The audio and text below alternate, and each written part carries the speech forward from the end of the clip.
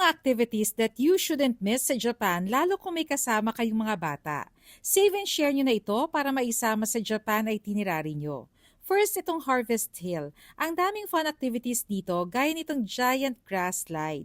Ilang beses nagpabalik-balik si Rafa sa giant slide at talaga namang nag-enjoy siya.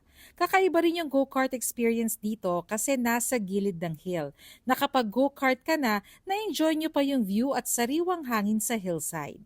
Mahilig ba sa Sylvanian family yung kids nyo? Dito life-size ang mga miniature toys and house ng favorite nilang Sylvanian family. Next, Cup Noodle Museum. Fun experience yung create your own ramen for 500 yen or about 190 pesos per cup.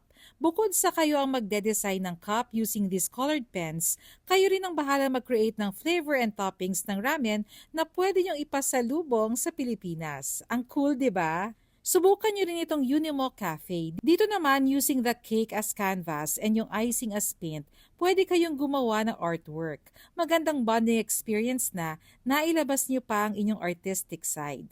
Ang cool din ng mga drinks nila dito na inspired ng mga famous artists gaya ni Monet at Paul Klee. By the way, if you're booking your tours, airport transfers, hotel, attraction tickets, pocket Wi-Fi, eSIM at marami pang iba sa Japan man o sa ibang bansa, you can use my Klook code para maka-discount kayo. Just type the discount code Bernadette Reyes Travels Klook before paying. Must try din itong river cruise sa Dotonbori. It's a different way to enjoy this tourist spot. Mae-enjoy nyo yung colorful view ng Dotonbori area and masusolo nyo pa yung glycoside na ang hirap makakuha ng solo shot kung nasa bridge kayo. Isa rin sa unforgettable memories namin sa Japan, etong Zawu restaurant where you can catch your own fish and lulutuin nila the way you want it.